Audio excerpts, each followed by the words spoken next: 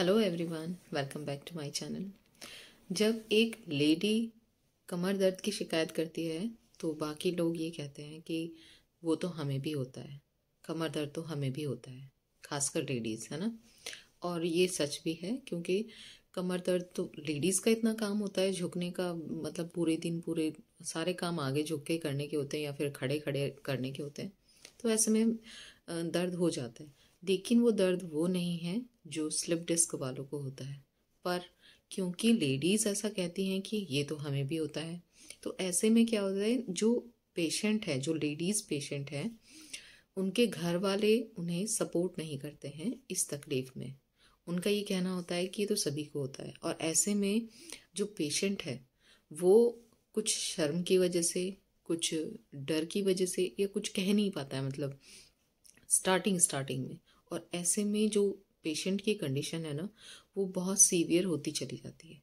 और वो तब पता चलता है जब बिल्कुल पेशेंट बेड पे आ जाता है, बिस्तर पे गिर जाता है, वो खड़े होने लायक नहीं रहता है, वो दर्द में हर वक्त रोने लगता है। तब पता चलता है कि ये कुछ और तकलीफ है। और उसके बारे में उस वक्त हम लोग थोड़ा और अच्छे से, मतलब सिंसियरली उस चीज़ को सोचते हैं कि ये हो क्या रहा है ना। तो ऐसे ही एक पेशेंट हैं और उन्होंने मुझसे पूछा है कि दीदी, अगर जो जो पेशेंट है जो स्लिप डिस्क के, ये है मोहसिन पटेल, मेरे ख्याल से इनकी वाइफ होंगी। इन्होंने कहा है कि L4 L5 disc, slip disc में जॉइंट फैमिली को कैसे मैनेज करके करें, क्योंकि सब बोलते हैं नाटक कर रहे हैं, प्लीज़, और कैसे मैनेज करें। तो देखिए, मैं आपको सिर्फ इतना ही बताऊंगी जो मैंने किया है। आप, अगर आपकी फैमिली सपोर्टिव है तो यकीनन आप इस तकलीफ से उभरने में उनकी मदद ले सकते हो और आप बहुत जल्दी रिकवर हो सकते हो, अगर आपकी फैमिली सपोर्टिव है। लेकिन अगर आपकी फैमिली सपोर्टिव नहीं है, मीन्स, देखो, एक तो होता है कि एक हद तक कोई मदद कर सकता है ना, उसके बाद नहीं कर सकता। जैसे बुजुर्ग हैं अगर घर में, तो वो कब तक आपको मदद करेंगे, तो वो नहीं कर सकते। लेकिन अगर आप ऐसे घर में रह रहे हो जहाँ पे और लोग हैं और वो मेंटली आपको डिस्टर्ब कर रहे हैं और वो समझ नहीं रहे हैं आपकी तकलीफ, तब तो बेकार है। तब मैं ये कहूँगी कि आपको उस सिचुएशन से बाहर आ जाना चाहिए, क्योंकि ये जो तकलीफ है ये इतनी ख़तरनाक है कि आप दर्द भी बर्दाश्त कर लोगे एक बार को, लेकिन जो मेंटली टॉर्चर है ना, वो ऑलरेडी तकलीफ हमें दे रही है, मेंटल टॉर्चर कर रही है। लेकिन अगर आपकी फैमिली का सपोर्ट सिस्टम ख़त्म है और आपको सपोर्ट नहीं मिल रहा है मेंटली, तो फिर आप उल्टा इसके अलावा क्या हो रहा है कि आपको टॉर्चर हो रहा है ना, कि आप तो नाटक कर रहे हो, आप क्यों लेटे हुए हो, आप काम नहीं कर सकते क्या? अच्छा, खुद का तो कर लेते हो, लेकिन घर का काम करने में इनकी जान जा रही है, वगैरह वगैरह। तब फिर आप ये उम्मीद लगा के रखना कि आपकी हेल्प होगी, बेकार की बात है। आपको अपने लिए डिसीजन लेना चाहिए और डिसाइड करना चाहिए जहाँ पर आप रहकर अपने आप को रिकवर कर सको। मैं ये मान के चलती हूँ, अगर आप अपना खुद का काम खुद से कर सकते हो इस तकलीफ में, जो कि कर सकते हो, मैं मानती हूँ कि कर सकते हो, आप अपनी फैमिली, जो आपके बच्चे हैं, आपके हस्बैंड हैं, आप उनके साथ भी मैनेज कर सकते हो, उनका काम भी कर सकते हो इस तकलीफ में। तो आप वो चूज़ करो, आप वो पोजीशन आप मतलब एक्सेप्ट कर लो। आप कर सकते हो तो उन उन कामों को उतने तक जितना आप कर सकते हो उतना कर लो। बाकी आप इतना लोड लेके चलोगे कि कंबाइंड फैमिली का काम करना ही करना है और आप रिकवर कर पाओगे, तो ऐसा नहीं होता है। आप डॉक्टर से अच्छे से पूछो, अपने घर के जिम्मेदार इंसान को ले जाके बैठा के बताओ उनको कि ये तकलीफ़ ऐसी है जिसमें रेस्ट बहुत ज़रूरी है। अगर रेस्ट नहीं होगा, आप पूरे दिन घर का पूरा काम करोगे, और खासकर वो काम जो लेडीज़ का होता है, यानी झुकने का, वज़न उठाने का, आप इस तरह के अगर काम कर रहे हो तो आप रिकवर नहीं कर सकते इस तकलीफ़ में। आप जितना चाहे गोलियां खाओ, जितनी चाहे दवाई खाओ, आप नहीं कर सकते हो। इवन आप जैसे फिजियो लेते हैं, थेरेपी वगैरह, मसाज वगैरह, और उसके बाद भी आप आके वही काम करते हो, बैठ के पोछा लगा रहे हो, आप खड़े खड़े बहुत सारी देर तक, बहुत देर तक काम कर रहे हो, तो ऐसे में फिर वो, उसका बेनिफिट आपको मिलेगा ही नहीं ना। तो मेरा मानना ये है कि आप अपने लिए जल्द से जल्द डिसीजन लो। अगर आपको कंबाइंड फैमिली में सपोर्ट नहीं है तो अब अलग अपने आप के लिए अलग बनाओ, खाओ, आप अपने परिवार की देखभाल करो। पर अगर आपको लगता है कि फैमिली सपोर्टिव है, तभी आप उनके साथ रह सकते हो और इस तकलीफ से उबर सकते हो। आप ऐसे बहुत से पेशेंट हैं जिनसे मैं बात करती हूँ, और आप यकीन मानो, जो लोग शादीशुदा हैं, खासकर लेडीज़, उनके लिए ये बहुत ज़्यादा ट्रॉमा होता है, और वो रोते हैं ये चीज़ कह के कि हाँ, हम लोगों को कोई समझ नहीं पा रहा है। तो मेरा ये कहना है कि एक तो आप इस तकलीफ़ के बारे में जानकारी लोगों को बहुत कम है, उसके बारे में डॉक्टर से सीधा कंसल्ट करवाइए। वो आपके हस्बैंड सबसे ज़्यादा सपोर्टिव आपके लिए हो सकते हैं। वो जानते हैं कि अगर वो समझ गए ना कि आप किस तकलीफ़ में हो, तो वो फैमिली को भी कन्विंस कर सकते हैं। बाकी आप उनको दूसरों के, जो अब मेरे चैनल पे आपको इतने कमेंट मिल जाएंगे, भरे पड़े हैं बहुत ज़्यादा, जो लोग बहुत बहुत टाइम से इस तकलीफ़ में हैं, इसके अलावा बहुत बहुत बुरी कंडीशन में भी आ गए हैं। तो आप उनको वो दिखा सकते हो। अगर आपकी फैमिली इस चीज़ को समझती है, मे बी समझ जाए, अदरवाइज़ तो आपको अपने लिए खुद डिसीज़न लेना चाहिए कि आपको अपने आप को ठीक करना ज़्यादा इम्पोर्टेंट है या दूसरों को खुश रखना। दूसरा एक क्वेश्चन था, ये नबानिता रॉय का है, जिन्होंने लिखा है कि जो बाहर काम करती हैं उसके लिए क्या ख्याल रखना पड़ेगा, और खड़े होने पर दर्द होता है, बैठने पर या चलने पर नहीं होता है, तो क्या करें। तो जो लोग भी घर से बाहर जाकर काम कर रहे हैं, जो वर्किंग हैं, अपनी जॉब कंटिन्यू कर रहे हैं, तो वो अपने काम को बिल्कुल आप कर सकते हो, लेकिन इस तकलीफ़ में अगर आप हैं स्लिप डिस्क में, तो आपको प्रिकॉशंस का ध्यान खुद ब खुद ही रखना पड़ेगा। आप उतना लोड ही ले सकते हो जितना आप इस तकलीफ़ से रिकवर करते हुए आप काम को कर सकते हो, है ना। जैसे कि आप लोग जैसे घर से निकलते हैं, तो आप ट्रैवल टू व्हीलर से बिल्कुल ना करें। आपको उसके लिए बस या ऑटो का यूज़ करना है, और उसमें भी आप ड्राइवर के जस्ट नज़दीक वाली सीट आपको लेनी है। इसके अलावा आपने डबल सपोर्ट वाली बेल्ट पहननी है, और जैसे आप लोग की अगर सिटिंग जॉब है तो फिर आपको कॉकिक्स कुशन यूज़ करना चाहिए। मैं बिल्कुल उस चीज़ पर मैं समझती हूँ कि तकलीफ बढ़ जाती है अगर आप थोड़ा सा भी इसमें मतलब चोक करते हो। तो जैसे कि आपको कॉकिक्स कुशन, सिटिंग जॉब है आपकी, वो यूज़ करना चाहिए। साथ में आपने ध्यान रखना है कि जैसे 25 मिनट हो गए हैं समथिंग, तो आपको उठ कर थोड़ा सा वॉक करना चाहिए, 10-15 कदम आप चलें, या फिर अगर आपको मतलब आपको लेटने का अगर कहीं ऑप्शन मिलता है तो आराम आपके लिए बहुत ज़्यादा फ़ायदेमंद होगा। इसके अलावा आपको ध्यान रखना है कि जो आपकी चेयर है उससे आपकी पीठ सटी होनी चाहिए, मतलब आपको अपना सपोर्ट सिस्टम बनाना है, टेक लगा के बैठना है। तो एक तो ये हो गया।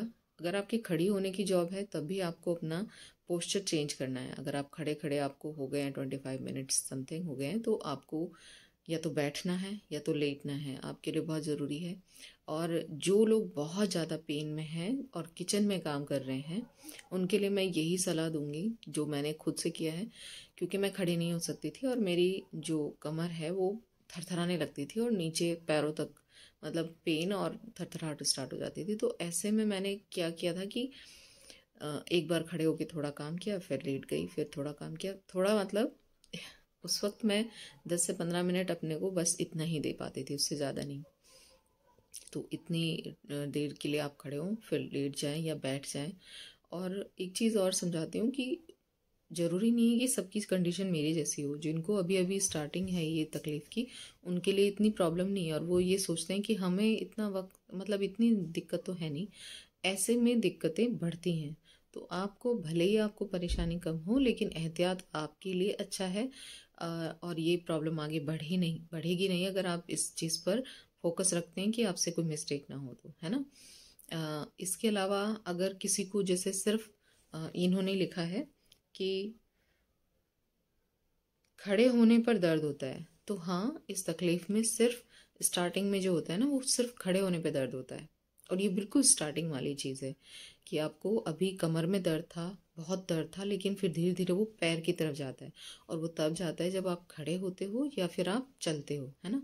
तो आपको ध्यान रखना है कि अभी भले ही खड़े होने पे दर्द हो रहा है, लेकिन आपको ज़्यादा देर बैठना भी नहीं है, क्योंकि बैठने पे तो दर्द नहीं आ रहा है, तो आप सोचोगे बैठ तो सकते ही हो ज़्यादा टाइम, लेकिन आपको ज़्यादा वक्त तक बैठना भी नहीं है। वजह मैं समझाती हूँ, जो मुझे समझ आती है कि जो हमारी अपर बॉडी का वज़न है वो ऑलरेडी इतना होता है कि वो उस डिस्क पर, जो बेचारी डैमेज डिस्क है, उसके ऊपर अपर बॉडी का जो वज़न है वो भी पड़ रहा है ना। तो वो जो रिकवर हो भी रहा होगा जख्म, तो वो कैसे होगा। तो आपको ध्यान रखना है कि अगर आपको सिर्फ खड़े होने पे दर्द आ रहा है, तब भी आपको प्रिकॉशन सारे करने चाहिए जो मैंने किए हैं। तो वो चीज़ का ध्यान रखिए।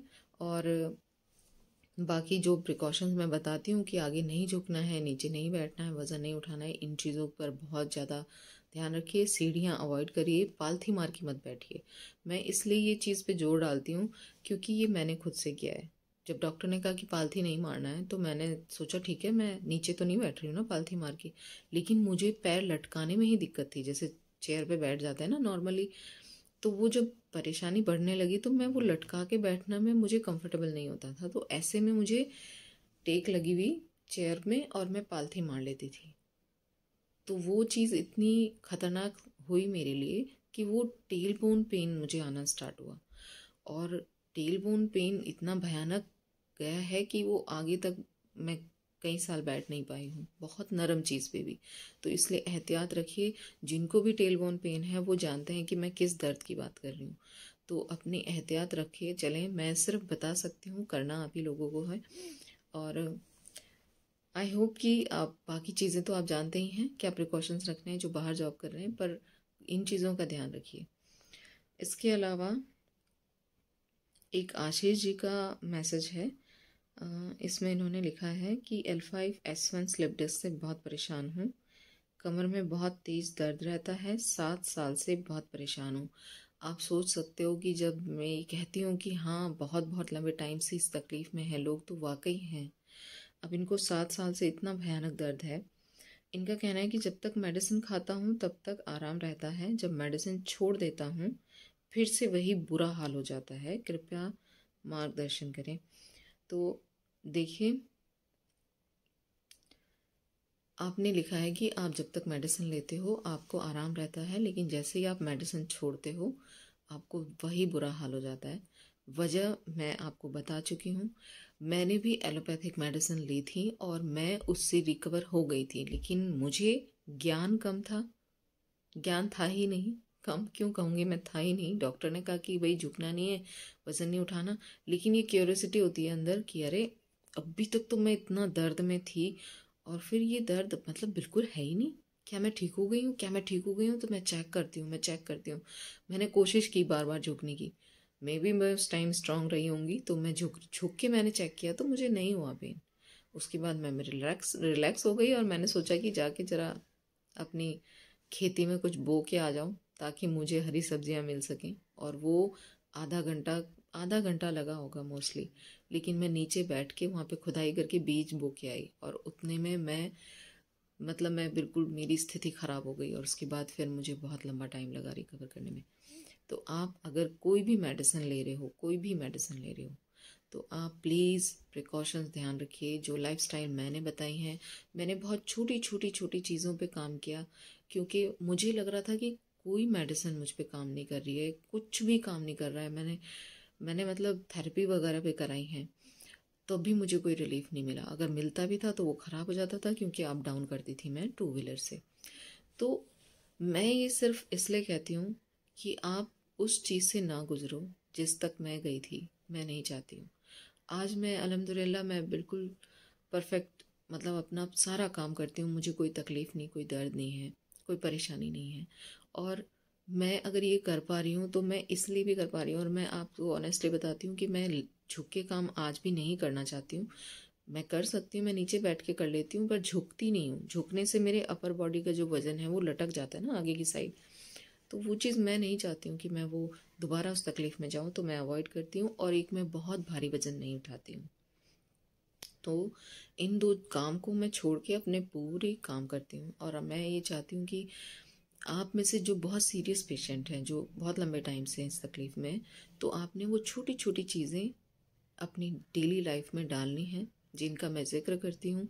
आपके सोने का पोस्चर क्या होना चाहिए, आपके बैठने का पोस्चर क्या होना चाहिए, आपके नहाने का क्या होना चाहिए। आपने अगर आपको इंडियन सीट है, आपके घर में इंडियन टॉयलेट सीट है, तो उसे आप कैसे यूज़ करेंगे, मैंने सब कुछ बताया है। चीज़ें आपको वीडियोस में मिल जाएंगी, लिंक आपको डिस्क्रिप्शन में मिल जाएंगे, आप जाके देखें और उन चीज़ों को अप्लाई करें, ठीक है। और मेडिसिन अगर आपको लगता ही है कि एक चीज़ काम नहीं कर रही है, तो चेंज कर लें।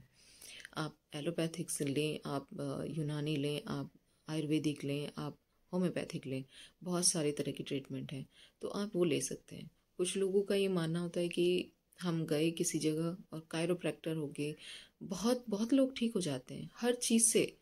आप सिर्फ फिजियोथेरेपी के भी आप पेशेंट देखोगे जो ठीक हो गए हैं, वो आके अगर एक्सपीरियंस शेयर करते हैं तो उनका उसी से ठीक हो जाता है। लेकिन ये दोबारा हो सकता है, इसलिए आपको एहतियात रखनी बहुत ज़रूरी है। और फिर हम लोग ये सोचते रहते हैं, अरे मैं तो ठीक हो गया था। मुझे अभी रिसेंटली एक कॉल आई थी, किसी सिस्टर ने किया था, तो उनका ये कहना था कि उनको 1 साल में शायद 2-3 बार उनका रिकवर हो गया और फिर से हो जाता है।